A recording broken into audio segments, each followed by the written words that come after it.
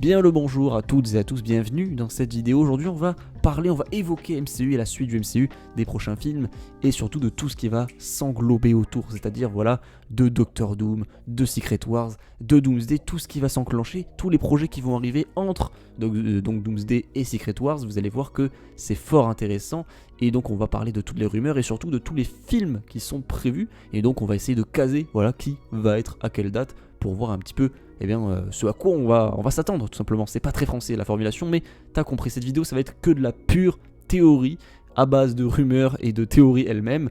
Voilà, que de la théorie, mais à mon avis c'est fort à parier que ça se passe comme ça. Donc évidemment, si voilà, vous voulez vraiment absolument rien savoir, s'il faut tout, je vais avoir raison sur toute la ligne. Et donc du coup vous allez être un petit peu dégoûté, même si bon, après ça arrive dans 2 ans, donc est-ce que vous aurez vraiment encore souvenir de cette vidéo?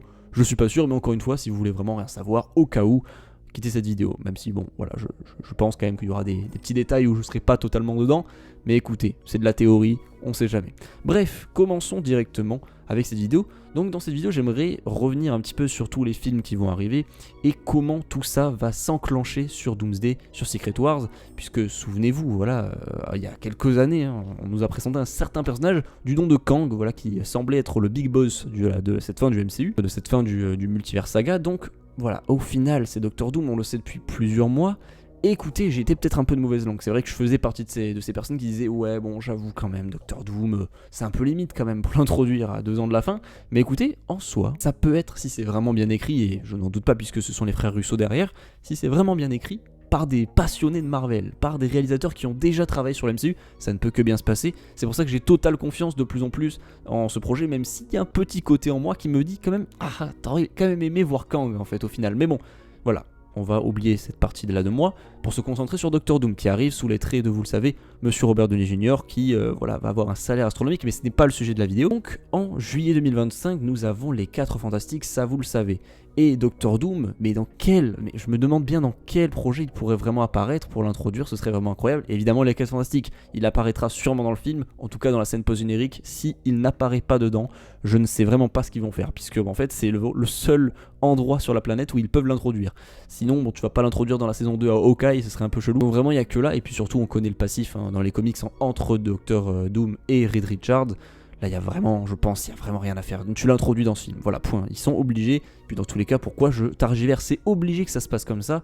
Parce que c'est le seul projet, encore une fois, où il peut apparaître, puisque ce n'est pas par hasard, puisque les 4 Fantastiques se déroulent dans un monde rétro-futuriste des années 60. Et là, on se dit, oula, mais c'est pas du tout le MCU de 2024, absolument pas.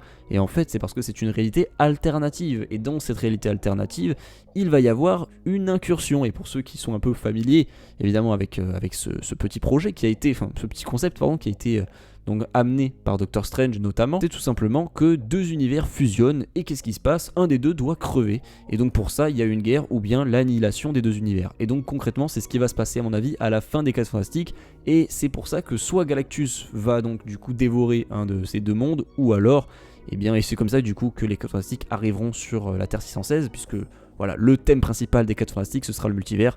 Donc il y a fort à parier qu'à la fin ils survivent quand même, puisque ce serait un peu con de les introduire au moment où ils meurent.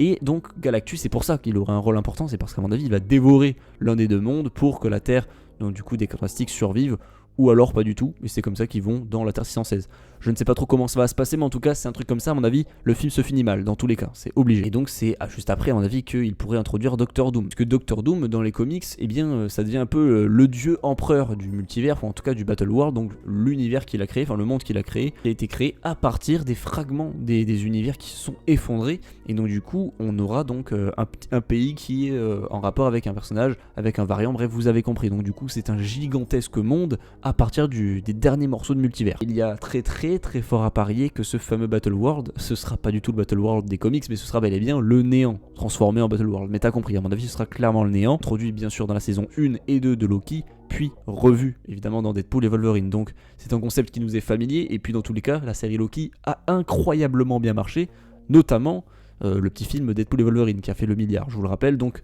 voilà, les gens connaissent le concept de Void et surtout le concept du TVA. Donc c'est vachement plus facile pour amener un film Avengers dans le TVA et dans le néant, au lieu de créer tout un nouveau truc avec Doom, avec évidemment le Battle World. Évidemment que ce sera le Battle World, ce sera le néant. Ça pour le coup c'est une info quasi officielle. Enfin c'est même pas, je veux dire, il n'y a pas d'info officielle, mais c'est de moi. Voilà, vous pouvez le noter, c'est sûr et certain que ce sera ça. Si c'est pas ça, je sais pas ce que c'est. Et aussi, n'oubliez pas que tout ce qui a été introduit avant aura une importance cruciale, puisque certes la série Loki, bon, a présenté Kang comme étant le méchant principal, mais bon, Kang n'est plus, et après Loki a quand même extrêmement bien marché. Et il y avait à la fin de Ant-Man et la Guêpe Quantumania, souvenez-vous, et bien tout simplement le conseil des Kang. Et malgré le fait que le film n'ait pas marché, la scène voilà du conseil des Kang a énormément buzzé, et donc tout le monde connaît un peu les Kang et ses variants. Donc voilà, concrètement les gens sont un peu familiers avec ça. Ce serait pas étonnant qu'il apparaisse quand même dans Avengers Doomsday ou même dans Secret Wars. Dans tous les cas, je pense qu'il apparaîtra sous les traits d'un autre acteur, juste pour se faire dégommer au début de Doomsday, pour être sûr voilà, que Doom arrive, il bute tous les Kang, fin, il prend le TVA, le néant, il crée le Battle World, finito pipo. À mon avis c'est ça.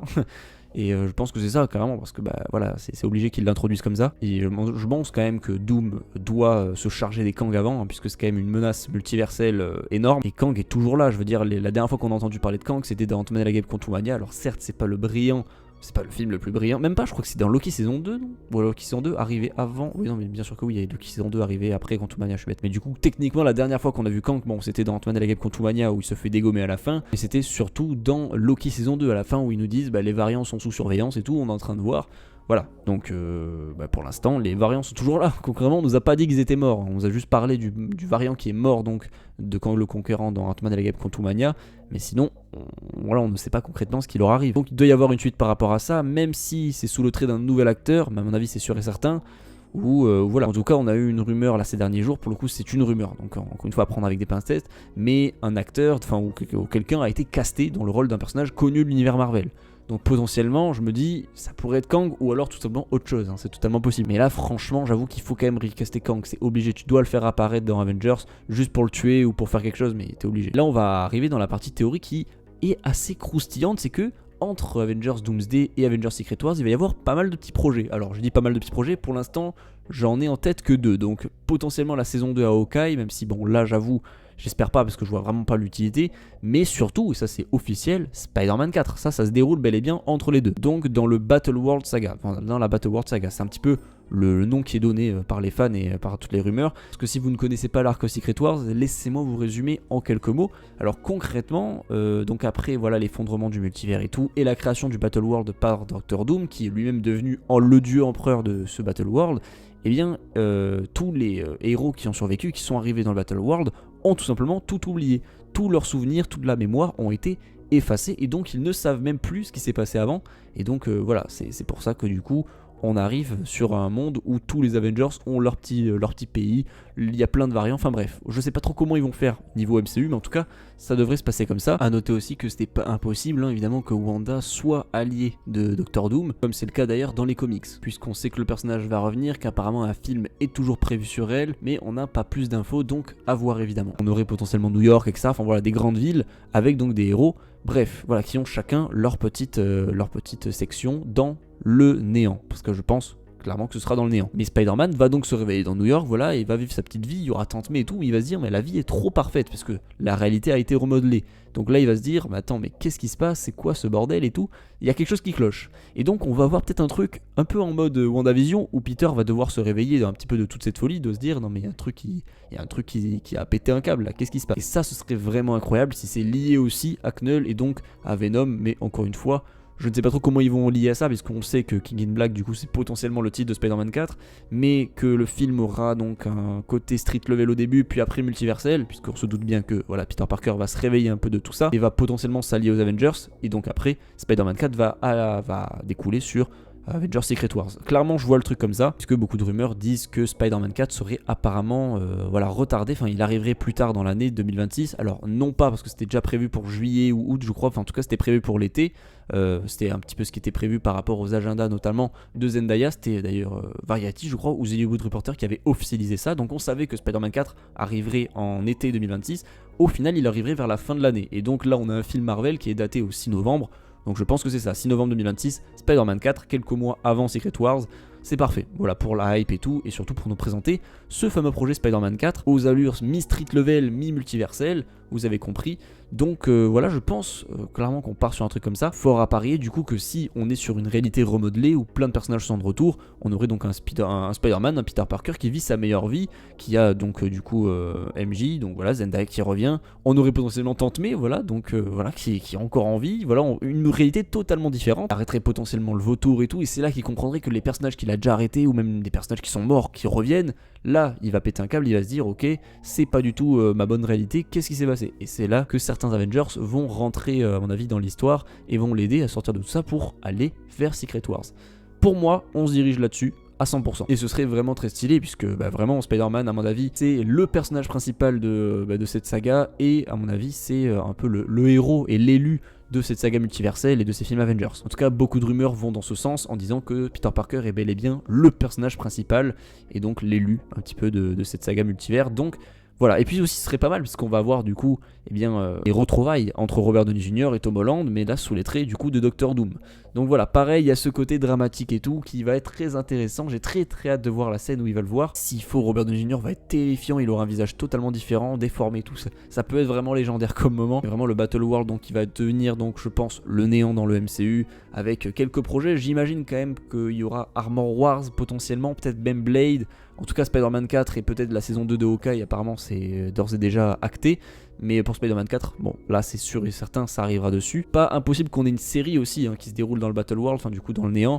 Et là j'avoue que y a que Hawkeye saison 2 qui est le plus avancé en termes de série. Il me semble qu'on avait eu des rumeurs il y a quelques mois concernant une saison 2 à Moon Knight, mais bon je vois vraiment pas trop l'intérêt. Sauf si du coup, parce qu'apparemment le film Young Avengers c'est donc devenu une série qui serait renommée en Champion. Apparemment la série s'appellerait comme ça. Très bizarre, mais encore une fois à prendre avec de grosses pincettes. Mais s'il faut, on aura un projet Young Avengers qui se déroulera dans donc du coup le Battle World et qui est le néant, vous avez compris. Et c'est là du coup qu'on aurait une nouvelle équipe vraiment complète dans Secret Wars, puisque c'était un petit peu ce qui avait été fait à l'époque. On avait eu donc Infinity War où les Avengers étaient totalement divisés, et je pense que dans Doomsday ce sera pareil, puisque les Avengers, il n'y a pas eu d'Avengers, il n'y a rien, il n'y a pas de liste officielle ou d'équipe officielle des Avengers depuis des années, surtout depuis Endgame. Donc Doomsday va un peu rassembler tout le monde, et c'est surtout dans Spider-Man 4 et aussi dans les Young Avengers à mon avis que tout le monde va se regrouper pour Secret Wars. Ça, c'est concrètement ce que j'imagine, c'est ma théorie finale. N'hésitez pas à me dire ce que vous en pensez évidemment en commentaire. C'était assez long quand même comme vidéo, on a 12 minutes.